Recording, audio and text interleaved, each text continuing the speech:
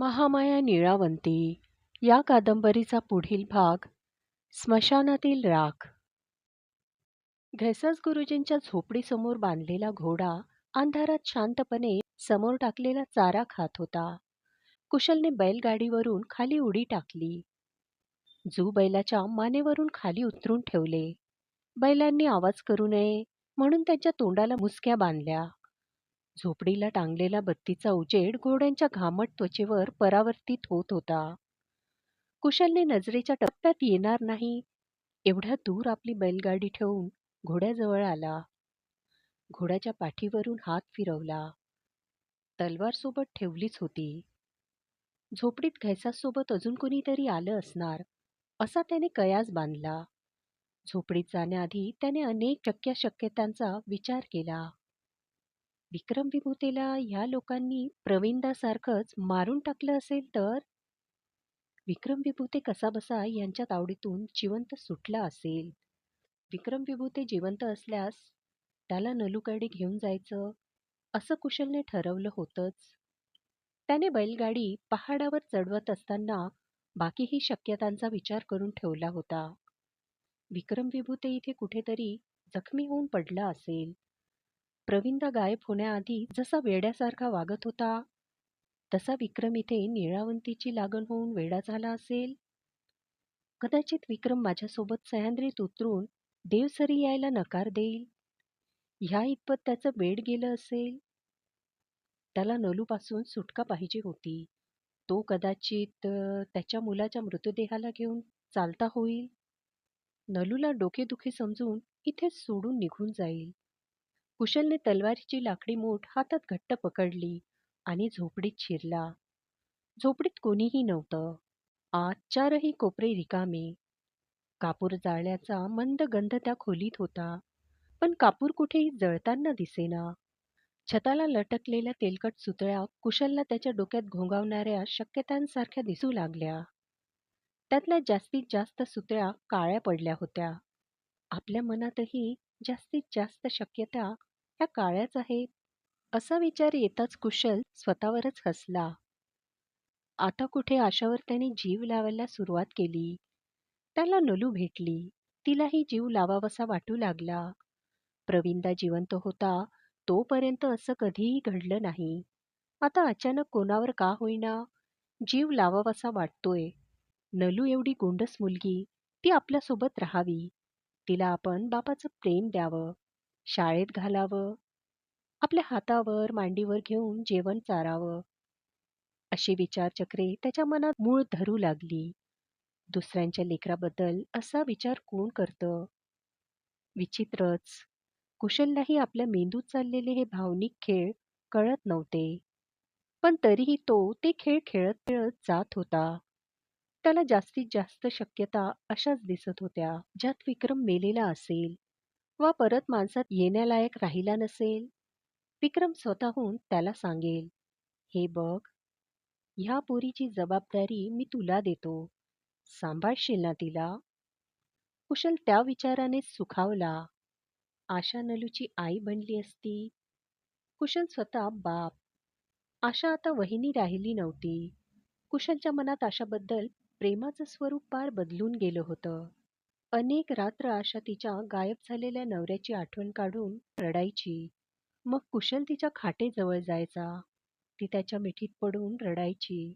रात्रभर दोघे एकाच खाटेवर झोपत. त्यांचा स्पर्शही बदलला. दोघांनाही ते कळत होतं. त्यांचं प्रेम लैंगिक नव्हतं. हे कळवून घेण्याची सवडही कधी मिळाली नव्हती. विक्रम विभूतीचा मृतदेह पाहायला मिळाला तर निर्धास्त होता येईल. घरी जाऊन ती बातमी सांगता येईल. नलूला स्वतःजवळ ठेवता येईल. विक्रमचा मृतदेह सापडला की आपण आनंदाच्या मृतदेहाला भंडाग्नी द्यायची. नलू 4 दिवस रडेल, पण एकदा आईबापाचं प्रेम दिलं की होईल शांत. नंतर विसरून एक दिवस मलाच पप्पा अशी हाक मारेल. मग सुखाने तिघांनीही संसार करायचा. कुशल विचार करता करता तलवारीची लाकडी मूठ हातात पक्की करून झोपडीत गोल गोल फिरू लागला. त्याला जमिनीखालून टक टक आवाज आला. तसा तो थांबला. झोपडीत बसलेली प्रत्येक पाटाफरशी त्याने तपासली. काही फरशांच्या खाली त्याला चित्रविचित्र आकृत्या, कन्नड मोडीतील लिहिलेली काही मंत्र, काही रंगीत धागे सापडले. शेवटी त्याला खालच्या मजल्यात उतरायचा दरवाजा सापडलाच. फरशी अलगद बाजूला करून कुशल जमिनीखालच्या पहिल्या मजल्यावर चालत आला. पहिल्या मजल्यावर प्लास्टिकचं थप्पड अस्ताव्यस्त अंथरलेलं होतं. त्यावर काही रक्ताचे डाग होते. कुशल पायऱ्या उतरून दुसऱ्या मजल्यावर आला. दुसऱ्या मजल्यावर विविध बालट्या आणि त्यात विचित्र किडे केमिकल्समध्ये बुडवून ठेवले होते. कागदाची उंच गठ्ठे रचून ठेवली होती. सगळीकडे सडका वास येत होता. प्रवीणदा रात्री घरी आल्यावर त्याच्या कपड्यांनाही असाच वास यायचा. कुशल पायऱ्या उतरत सर्वात अंधाऱ्या तिसऱ्या मजल्यावरच्या गुहेत आला. तिसऱ्या गुहेत कंदलीच्या फडफडत्या ज्योतीचा प्रकाश आधीपासूनच होता. कुशल सावध झाला. गुहेच्या मधोमध ठेवलेल्या प्राचीन दगडी यंत्राजवळ दोन माणसं. एक गोरा माणूस त्या यंत्रात अडकला होता. ढेबरपोट्या घैसास त्याला बाहेर ओढताना दिसत होता. यंत्राच्या आत असलेल्या सोनेरी केसांच्या माणसाला धाप लागली होती. थांब, थांब, ओढू नकोस मूर्खा, खांदा दुखतोय माझा. घैसासने ओढायचं थांबवलं. तू आणि तुझा पूज्य फार बढाया मारत होता. कुठं गेलं तुमचं यंत्रतंत्र? इडियट्स, खरंच सांगतोय हेलबग. सगळं व्यवस्थित झालं होतं ठरल्याप्रमाणे. तुला पण यंत्रातलं मायाजाळ दिसलं ना? हो ना. त्या विक्रमला मूर्खात काढलं तसंच का? मलाही वेड्यात काढताय? नाही. विक्रमला यात बसवलं तेव्हा त्यालाही मायाजाळ दिसलंच होतं. पण मला कॉन्फिडन्स नव्हता. म्हणून खालून त्याला मेंदूबधीर होण्याची धुरी दिली होती. बकवास बंद कर. माझ्या वेळी काय चुकलं ते सांग. काहीच नाही. सगळं बरोबर केलंय. मायाजाळ दिसत नाही का तुला? काही विजन्स दिसल्या मला. तू सांगितलं तसं आतलं जग नाही दिसलं काही. ते सोड. मशीन अर्धवट बंद कसं झालं? मी कमरेखाली अडकलोय ह्यात. मला एक सांग, हे वज्रयंत्र सुरू झालं तेव्हा तू मन शांत ठेवलं ना? स्वतःच्या आत बघण्याचा प्रयत्न केला होतास का? केलं, ते सगळं केलं. मग तुला काय दिसलं आत? गुंगी आली होती मला. त्यात एक बर्फाळ जग दिसलं. चारही बाजूनी बर्फच. माझी बायको थिया दिसली मला त्यात. मी तिला आवाज देऊन बोलवायचा प्रयत्न केला, पण ती आली नाही. त्या जगात वेगवेगळ्या प्राण्यांचे आवाज येत होते दुरून. वरती बघितलं तर डोक्यावर आरशासारखंच काहीतरी होतं. तिथं मीच दिसत होतो. पण गाल खोल गेलेला, काळी वर्तुळं. माझा आजारी वर्जन. खाली पण आरसा होता. त्यातही मीच होतो. त्यात माझ्या त्वचेचा रंग लालसर होता. निळावंतीचं लोकेशन दिसलं का? निळावंतीचा एक केसही दिसला नाही. Fucking frauds. फसवलंय तुम्ही मला. घैसास आपलं टक्कल खाजवू लागला. सगळं तर बरोबर केलं होतं मी. पूज्य बोलला तसंच. घैसास स्वतःशीच बोलला. मला बाहेर निघू दे. पहिली गोळी त्या पूज्याच्या डोक्यात घालतो आणि तुला तर याच मशीनमध्ये घालून बॉम्ब टाकीन. घैसासने चेहऱ्यावर भीतीनं आणण्याचा प्रयत्न केला, पण नावंठा घेताना त्याच्या घशाची हालचाल झालेली हेल्बगला दिसली. एक, डोंट वरी. हेल्बगने यंत्रावर आपले दोन्ही हात ठेवले. एक दीर्घ श्वास घेऊन घैसासला जवळ बोलवलं. शांतपणे विचारलं, मला नीट सांग, आतापर्यंत हे यंत्र किती वेळा वापरले तू? अ ह्या आधी फक्त 2च लोकांवर. घैसास मान खाली घालून म्हणाला. दुसऱ्यांदा तर विक्रमला गंडवलंस. पहिल्यांदा कोणासोबत वापरलं हे यंत्र? तो एक तरुण होता. देवसरी गावातला प्रवीण रायरीकर. आपल्या भावाचं नाव घैसासच्या तोंडून ऐकताच कुशल सावध झाला. त्याचा श्वास वाढला. प्राण कानात आणून तो ऐकू लागला. त्याचं काय झालं? तो गेला. कुठे गेला? तो मायाजाळात जाऊन आसपासच्या एनर्जीशी गप्पा मारायला शिकला. त्याच्या मायाजाळात तो प्राणी पक्ष्यांशी बोलायचं सोडून जंगलातल्या संबंधांशी बोलायचा. मी त्याला सावध करायचं विसरलो. पण संबंधांशी गप्पा मारण्याचं व्यसन लागलं होतं त्याला. संबंध त्याच्या पूर्व आयुष्याच्या कथा सांगत बसायचे. तो ऐकत बसायचा. पण शेवटी ते संबंधच. त्यांना मानवाचं रक्त पिऊन जगायचं असतं. त्यांनी मायाजाळातच प्रवीणला कळू न देता त्याचं थोडं थोडं रक्त प्यायला सुरुवात केली. जेव्हा मला हे कळलं तोपर्यंत खूप उशीर झाला होता. मग त्याची बॉडीच मिळाली. सिरियसली? हेल्बगने दुखणारं डोकं दोन्ही हातात धरलं. "घैसास, यू मीन टू से तो पोरगा मायाजाळात शिरला आणि आसपासच्या जिवंत एंटिटीजशी बोलायला लागला? त्याला लत लागली होती ती. म्हणजे तुझा पूज्य त्या पाण्यात बसून जे करतो, तेच आपल्याला या यंत्रात बसून करता येतं. पण तुझ्या पूज्याला हे यंत्राशिवाय कसं जमतं? पूज्याला निळावंतीने शिकवलंय.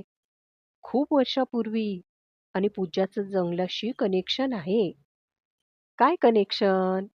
"बुरशी." "बुरशी? अरे पण कनेक्शन काय?" "बुरशी म्हणजे कनेक्शन. बुरशी सगळ्या जंगलाला जोडून ठेवते. पूज्य ज्या डबक्यात राहतो, त्या पाण्यातल्या शेवाळात बुरशी आहे. ती बुरशी जमिनीखालून जाऊन समोरच्या वडाच्या खोडात शिरते. तिथं संबंधांचा राजा कालसंबंध राहतो. ती बुरशी कालसंबंधाला जोडलेली आहे. कालसंबंधाला जंगलाची भाषा कळते. पूज्य बुरशीवाटी कालसंबंधाशी जोडलेला आहे. पूज्यालाही मग जंगलाची भाषा कळते. पूज्य सदैव त्याच नशेत चूर राहतो. पूज्याचं आणि कालसंबंधाचं रिलेशन सिम्बायोटिक आहे. पण कालसंबंध पूज्याला मदत का करतो? कारण पूज्य कालसंबंधाला मानवी बॉडी देतो वापरायला. कालसंबंधाला जंगलात रक्त लागतं. एक दिवसाला एक थेंब. पूज्य कालसंबंधाला जी बॉडी वाहतो, तिचं रक्त पीत पीत कालसंबंध जगतो. दोघांचा फायदा आहे यात. Symbiotic relation. पूज्यानं कालसंबंधाला रक्तपुरवठा चालू ठेवला म्हणून तर कालसंबंधानं त्याला वज्रयंत्राची असेंब्ली सांगितली. गॉड! घैसास, तुझा पूज्य ज्या मानवी बॉडीज कालसंबंधाला वाहतो, त्याचं खून कोण करतं? तूच करत असशील ना? कारण पूज्याला तर पाण्याबाहेर येता येत नाही. घैसास शांत झाला. हेल्बगला उत्तर मिळालं. जीजस, खुनी आहात तुम्ही. त्या विक्रम विभूतीच्या मुलाची बॉडी चोरून तू कालसंबंधालाच वापरायला देणार होतास, बरोबर? घैसासने बेशर्मीने होकारार्थ मान हलवली. वाव! तुम्ही तर पुण्यवान आहात. खरं, सिम्बायोटिक रिलेशन तुमच्यात आहे म्हणजे. तू पूज्याला बॉडीज देतोस आणि त्या बदल्यात पूज्य तुला जंगलाचे सिक्रेट सांगत असेल. कधी कधी पाण्यात उतरून तुला कालसंबंधाशी कनेक्शन करून देत असेल. परफेक्ट रिलेशनशिप आहे तुमची, बरोबर ना? हेल्बगने आपली कुंडलीच ओळखलेली पाहून घैसास आता शर्मेने खाली पाहू लागला. हेल्बगने पुन्हा एक झटका देऊन स्वतःला वज्रयंत्रातून बाहेर काढण्याचा प्रयत्न केला. पण त्याची कंबर दुखायला लागली. तो कळवळला. "निळावंतीचं लोकेशन शोधायला तुम्ही मला यात बसवलं आणि मी तुमच्यासारख्या तर माणसावर विश्वास ठेवून तयार झालो. खरंच, मला पूज्य म्हणाला होता, मायाजाळात निळावंतीचं लोकेशन दिसेल. तिची एनर्जी लेव्हल जास्त आहे. ती ह्यात दिसेल. हाच एकमेव मार्ग आहे." घैसास बोलला. हेल्ब पुन्हा झटके देऊ लागला. आपली अडकलेली कंबर दगडाला घासून रक्त निघते की काय, असं त्याला जाणवू लागलं. त्याने झटके देणं जरा वेळ थांबवलं. "आणि त्या लोकल मुलाचं काय झालं? तो देवसरीमधला मुलगा? तो परत आला की नाही आपल्या जगात? की मायाजाळातच गायब झाला?" "जिवंत परत आला तो. पण मला एक सांग, त्या मुलाचा बाय एनी चान्स घोड्याशी काही संबंध होता का?" "रायरेकरचा? घोड्याशी संबंध?" नाही बुवा, बैलगाडीवाला होता तो. पण असं का विचारतो तू? तो सैनिक होता का? कोणाचा खून केला होता का त्याने? दुरून आला होता का? अ? नाही. साधा-सुधा मुलगा होता तो. पण अचानक असं का विचारतोस? म्हणजे तो नवा बाजिंदा नव्हता. जाऊ दे. विसर हे. नीट ऐक आता. त्या तुझ्या पूज्याकडे जा. त्याला सांग त्याला सांग सगळं तू इथे काय फकअप केलंय ते. त्याला नीट विचार, पुढे काय करायचं आता. त्याला पाण्यातून बाहेर काढ. लागलं तर उचलून इथं घेऊन ये. मला घेणं देणं नाही. मी जर मेलो, तर निळावंतीला मारायचं तुमचं स्वप्नही संपेल. जा, जा आता. त्या सडक्या पुज्याला पाण्यातून उचलून इथे घेऊन ये. हो, काळजी नको करू. पण इथलं मायाजाळ का वर्क नाही झालं, मला ते अजूनही कळलं नाही. Shut up! निघ आता. तुमच्याकडून तर मला निळावंती मिळणार नाहीये. त्या विक्रमला सापडली असेल ती. त्याच्याकडूनच तिचा पत्ता काढीन आणि काळीच काढून घेऊन जाईल तिचं. चल जा, पळ लवकर. घैसाच एखाद्या गुलामासारखं हेल्बगचा आदेश ऐकल्या ऐकल्या मान खाली घालून जायला वळला. महामाया निळावंती या कादंबरीचा पुढील भाग स्मशानातील राख ऐकण्यासाठी चॅनलला सबस्क्राईब करा, व्हिडिओला लाईक करा आणि शेअर करा. धन्यवाद.